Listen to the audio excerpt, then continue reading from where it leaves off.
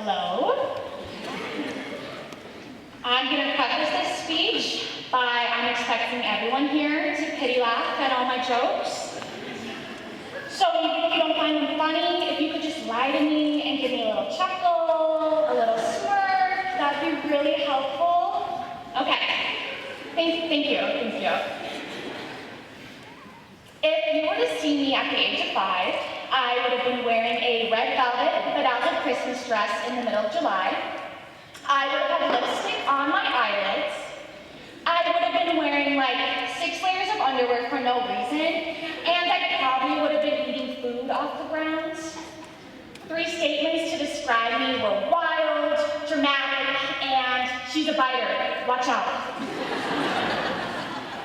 I was convinced I was going to be a superstar. Yeah, at the age of 13, if you were to ask me what I wanted to be when I grew up, I would have said superstar. Now, I don't really know what I meant by superstar, but that was my life plan, to become a superstar.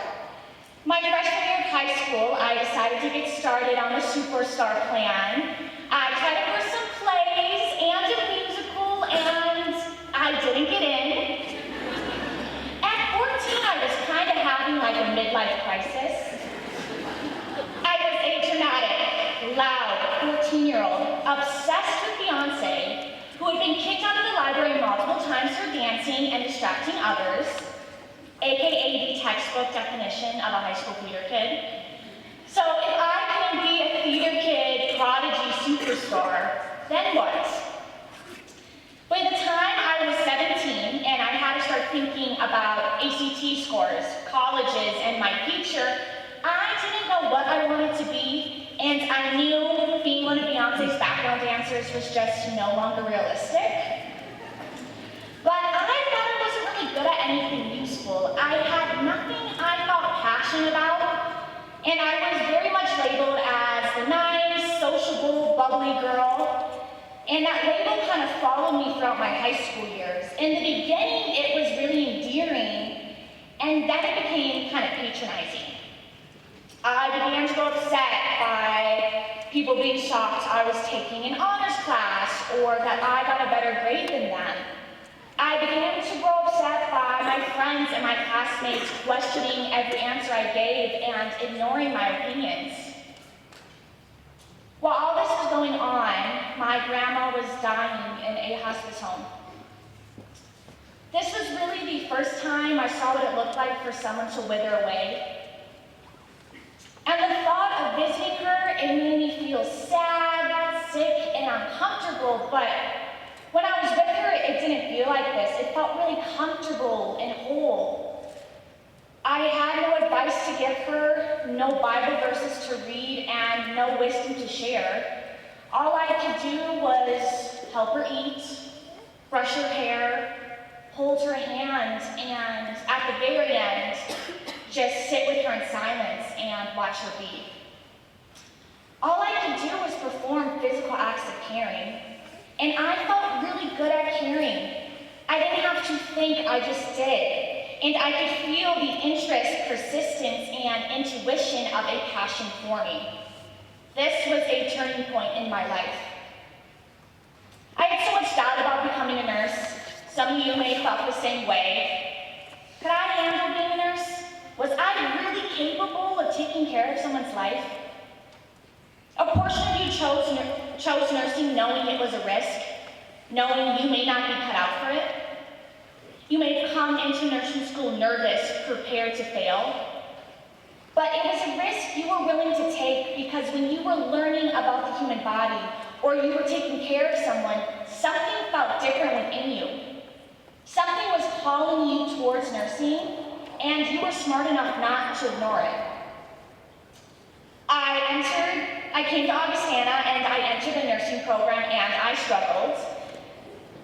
I know at times, we all did. At points you may have felt like you were just scraping by, like you could not get a grip. You felt overwhelmed and you wanted to give up. But something changes when you get into the patient's room. Nursing feels easier. Maybe it seemed less scary, less impossible. It flowed, it felt good. You liked that you could help a patient We thought it was interesting that you could see the disparities you'd always heard about directly affect the patients you took care of. You liked that you could comfort someone. Yes, there is a science to nursing, but there's also an art. The art of caring for someone unconditionally. That concept cannot be taught. You either have that large amount of compassion and patience within you, or you don't. Not everyone can be a healthcare hero. Nursing school can be strenuous and difficult at times, but we push through the ATIs, the awkward silence of when you have to perform a skill on a patient for the first time and they ask, "You've done this before, right?" The anxiety and embarrassment of simulation. Shockingly, having 3 professors watch and record you behind a one-way mirror can be incredibly nerve-wracking. It feels like a weirdly realistic play that you forgot all the lines to. But we did it, and it's not because of a perfect test score or a 4.0 GPA. We were able to handle this because we are dedicated, remarkably compassionate, and have a tough stomach that is unbothered by free-flowing bodily fluids. Nursing is hard, and you need to be strong to endure it. It's sticky, it's smelly, it's scary, it's sad. You get spit, swung, and sworn at. It's frustrating, it's tiring, and somehow everything kind of smells like pee. But it's rewarding, it's grounding, and it can even be cathartic. You'll be the person advocating for a patient who may have never had someone advocate for them in their life. You'll be the person caring for patients who may have never felt cared for or appreciated until they met you.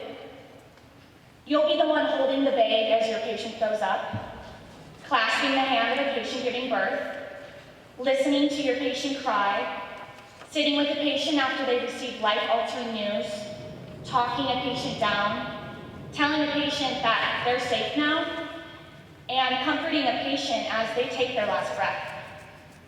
Doctors do a lot, but nurses do just as much and maybe even more. They are the backbone of the healthcare system. I think some people may view nursing as easy because there's just so many of us, but I don't think people realize just how hard the job can really be. You're not just passing medications and just following doctor's orders. You're a therapist, a patient's lifeline, a couples counselor, a waitress, a maid, a friend, and to some patients, you're quite literally their toilet. Although you may not believe it yet, in the eyes of some of your patients, you are a superstar. To them, you are doing the impossible. To them, you are doing something many people do not have the stomach to do. To them, you are the epitome of a kind-hearted person. Nurses are the core of patient care. You are the core of patient care. Thank you.